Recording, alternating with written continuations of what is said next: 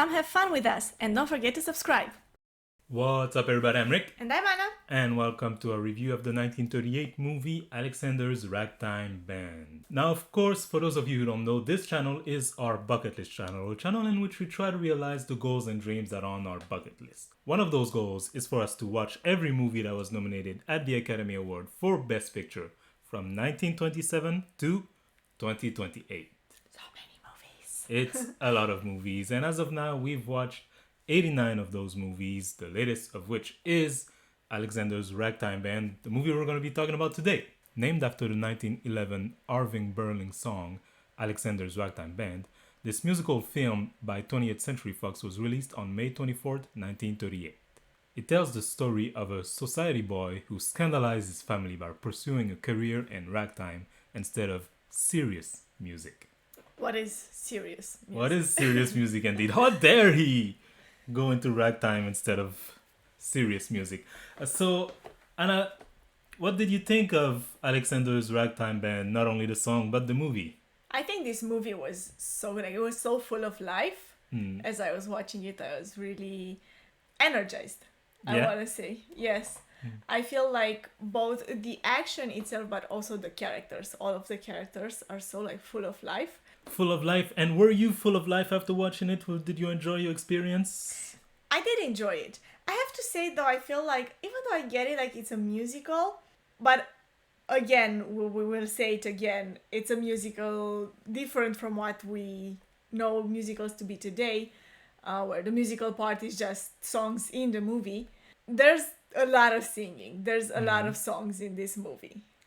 Well, here's the thing about this movie and its songs. Alexander's Ragtime Bands actually feature several hit songs by Irving Berlin, including the namesake Alexander's Ragtime Band, but also Heatwave, Some Sunny Day, Blue Skies, etc. A lot of his hit songs are in the movie. Even some previously released songs were rearranged and used in conjunction with some other music that Berlin made for the movie. So it was really a vehicle for his music in a sense. Oh, I see. Okay, that's interesting. Because Irving Berlin was also the writer of this movie. That idea to me is interesting, that the studio would come to him saying like, hey, we want to make a movie kind of around your hit song, but also around your musical catalog, but it's not about you. We've seen that before, right? There are movies that feature famous songs or even famous artists in the movie, but really it's not about them or about as them. One song or one artist in the movie is one thing. This whole movie is full of his songs. It's basically a movie like album. Yeah, exactly. He wrote the movie along with some other writers, injected his music into it, but it doesn't really have anything to do with him, you know. I see. But apart from the music, there's also a story here. What did you think of that part? You know, there's the classic love story, love triangle. The love story, I feel like it's a classic, but at the same time, the characters make it interesting, especially the lead female character. I feel they chose a very interesting type of character there. Like, she is that kind of like strong, independent woman, which we've seen before in movies of this time. But at the same time, she feels more complex to me than just straight out, oh, we want an independent female character here. And that's it. No, she's at the same time, she's vulnerable sometimes. She's doubting things, her relationships with the people around her, with the man in her life especially. And I feel like that complexity that we see in her, to me, that makes this love triangle that later on turns into a square more intriguing to follow. And I have to say, maybe it's a double-edged sword. The main character, one of the main characters, Alexander, is flawed, deeply flawed as a character. He's selfish during a lot of the movie. He makes decisions that you wouldn't necessarily get behind, and still it makes him, like you say, a more complex character, a more three-dimensional character, and you can understand some of his motivations, etc. But also it makes him a less likable character. Yeah, that is true. There were some moments in the movie where I was watching his actions and thinking you're just annoying. Yeah. You're just annoying right now. But I feel like it works, you know, like you said, it's annoying, but it doesn't feel fake or forced, feels real. I also enjoyed the movie and its characters, and since we're talking about the characters, let's take a look at who portrayed those characters.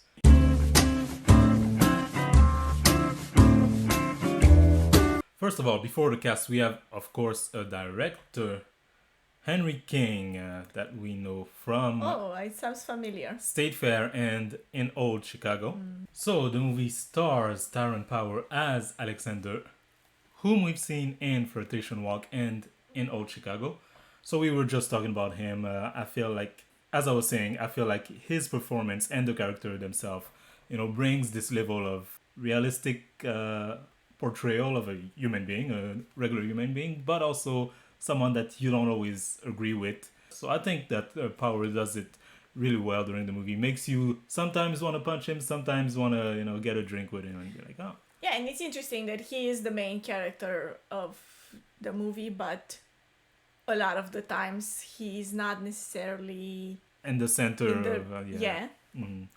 We spend a lot of the times with the main female character and also the friends. Sometimes he's not even in the scene for, you know, an extended period of time. So I always find it interesting when movies, you know, allow the quote-unquote secondary character to have more like breadth, it feels like more. it's not channeled on only one character or one pair. Yeah. Speaking of pairs, so playing Stella Kirby in a movie, we have Alice Faye, who we've seen in Old Chicago also.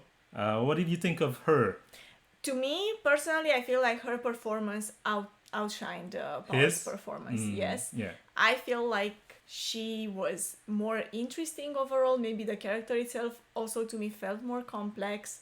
I feel like even though she was also not a perfect kind of character, right? She had her flaws, her issues, especially in the beginning when she's introduced. But I feel like with her character, you see more of a, let's say, traditional kind of growth, but also the kind of growth that feels, like we said, very real, like, you know? Yeah. Like the kind of growth that a person would have over years of their life, you know? I feel like there's definitely an evolution in her character that we don't see in Alexander's character, whom, like, halfway through the movie when he comes back from the war, he talks about how he's evolved, he's grown, he's changed, but then keeps kind of acting the same way. Yeah.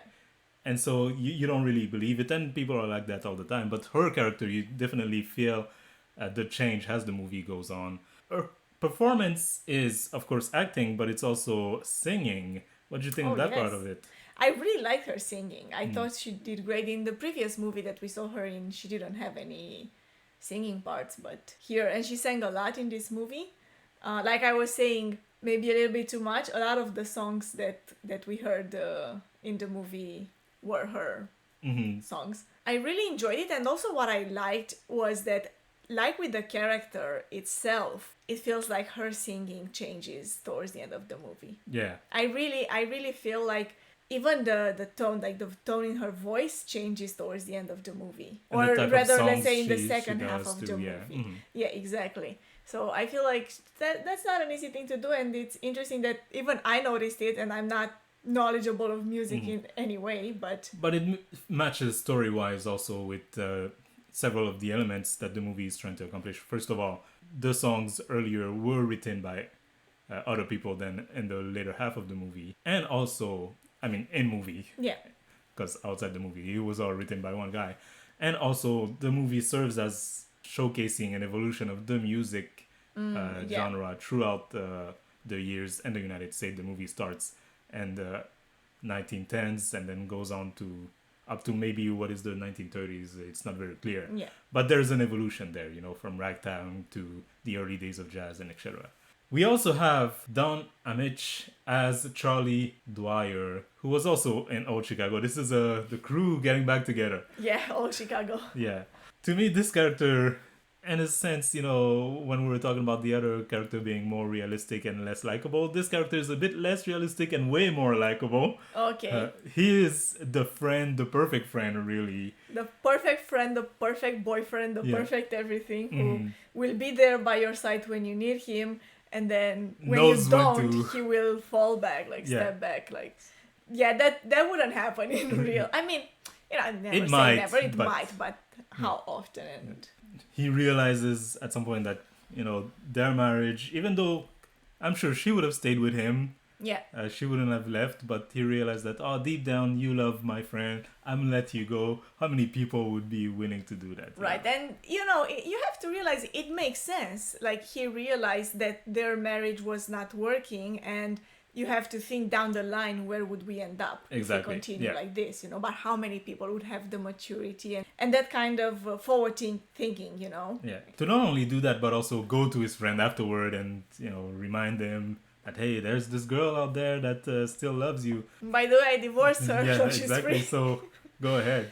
Yeah. No, good friend. And also, he's maybe the bone of the whole thing. He convinces her to join the band at the Right. beginning of the movie. He's the one writing the songs. He's the one getting them together Yeah, both true. times. Even the first time, it Yeah. was his song that actually Got them together. got them yeah. together, right? Mhm. And completing our love square, we have Jerry Allen, played by Ethel Merman, who we mainly see in the second half of the movie, maybe even the last third of the movie.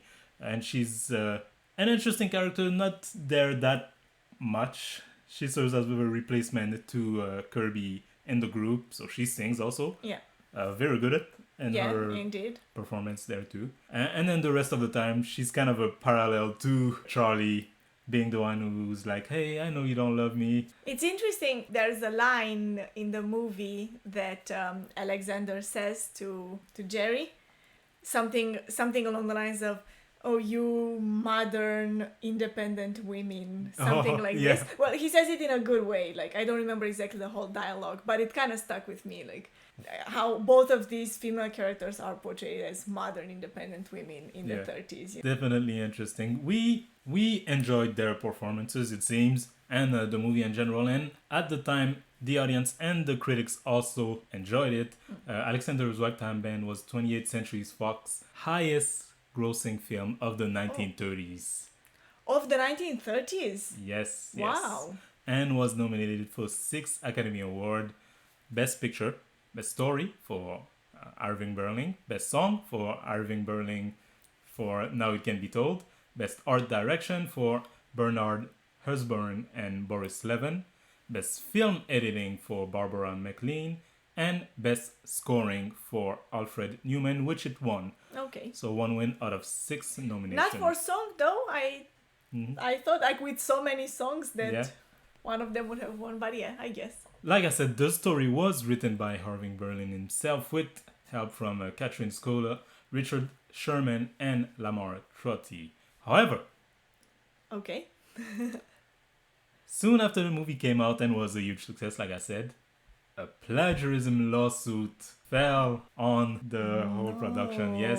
Yes, filed by Mary Cooper, who said that Berlin and 20th Century Fox stole her story. Apparently, what happened is that Mary Cooper had written in 1937 a manuscript that she submitted to various Hollywood studio heads and writers, agents, and other people in the business. Nobody took it, but much of the manuscript was apparently used afterward for this movie's screenplay. So in 1944, a federal judge ruled in her favor that Berlin and the others plagiarized her story. Did she get a lot of money out of it? The conclusion to this whole thing is kind of nebulous. I couldn't find it because in 1946 the ruling was reversed by an appeal court. I don't know if it went further than that or if she stopped there. Man, they're mean. You know, big studio like that, and why wouldn't they pay her for her manuscript? You know. Yeah. Mm-hmm. But yeah, drama behind the scene, drama on the scene. Does all this drama change your opinion of the movie in any way? I mean, it's not good for it to have been stolen. Yeah. If Allegedly. Allegedly stolen, right? If that is true. But I mean, the movie itself is great. It's got, I don't know, the right energy for me. It's full of life. It's got great music, very good characters, like we said, complex and interesting relationship that they develop between each other. Yeah, so you would recommend this movie? I would definitely recommend this movie. Mm-hmm. I would also recommend this movie. You were saying there were too many songs. I actually like the songs. I thought I they like were the songs good. too. I like the songs too. It's not like I don't like them. It's just I felt like there were so many. Yeah. There is a lot of songs, but it brings a little levity to the whole thing. Yeah. A lot of the time, Alexander is brooding and Kirby is brooding because they're not together. So like a little song here and there, cheers you up. Yeah. From time to time, and the story is enjoyable. It's an enjoyable movie. But does that mean that it is the top movie of that year? Let us see by moving on to our ranking.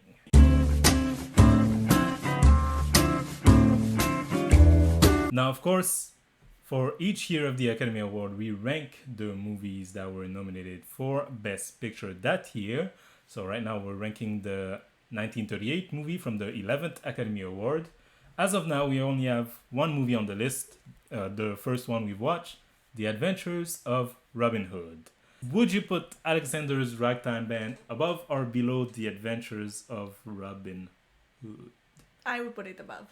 You would put it above? Yes. What do you think? I'm not sure. Let me push back a little Okay. here, just for the sake of conversation. I'm not sure myself where to put it. Robin Hood pushed the envelope of movie making, technologically speaking, Okay. A grandiose set design, Technicolor. They also shot arrows at people. They shot arrows at people. Hey, Yeah. whatever works. Can't make more sacrifices than that for a movie. Yeah. I suppose, The Adventures of Robin Hood looks great as a movie. Not only, the fact that it's Technicolor, like it's a color movie in those times, but also I feel the scenes, the scenery, the outdoors footage, it's interesting to watch. It's beautiful, it looks beautiful, it's bright, it's got the right levels of adventures and action, but I couldn't get invested in the story too much. Or, not enough. It felt like from the moment it started, I kind of knew that it will end up well. It didn't hold any kind of like tension on me, anything like this. In Alexander's Ragtime Band, I was wondering, like, all the way through the movie, like, what's gonna happen? Are they gonna end up together, or are they not gonna? What's gonna happen with the band? What's gonna happen with her? Yeah. Like, there's the uncertainty and the realism and the depth of the characters, the complexity of the characters, which I feel lacks in Robin Hood. Yeah. An ending which is nebulous in Alexander's Ragtime Band. It kind of ends after their show, the concert, and we don't really see if they end up together or not, but you can assume, Right. It's that kind of feel it yourself ending. And all in all, I have to agree with you that the story on this side was more engaging than the one for Robin Hood. I enjoyed watching Robin Hood still, just for the fun of it, the adventure and the color and the arrow shot at people. But yeah, I would say that Alexander's Ragtime Band is probably above it on this list. So we agree? Yeah. Alexander's Ragtime Band goes to number 1, which means our new ranking is at number 2, The Adventures of Robin Hood, and at number 1, Alexander's Ragtime Band. So that is it, Anna, for our ranking and our review of this 1938 movie. If you guys have seen Alexander's Ragtime Band and have your own thoughts on it, please let us know in the comment section below. Comment below. Like this video if you did. And subscribe to this channel if you haven't already, because Anna, this is not only a bucket list channel, this is not only a movie review. No. And subscribe to this channel if you haven't already, because Anna, this is not just a movie review channel, this is a bucket list channel. And so we do a lot of different things here, from of course watching these movies, but watching anime, playing games, traveling, self-growth, a lot of different stuff. Go check it out, and if you like it, subscribe. And don't forget that if you yourself have a goal or a dream that you'd want to realize, do like Alexander and take that first step. Bye bye.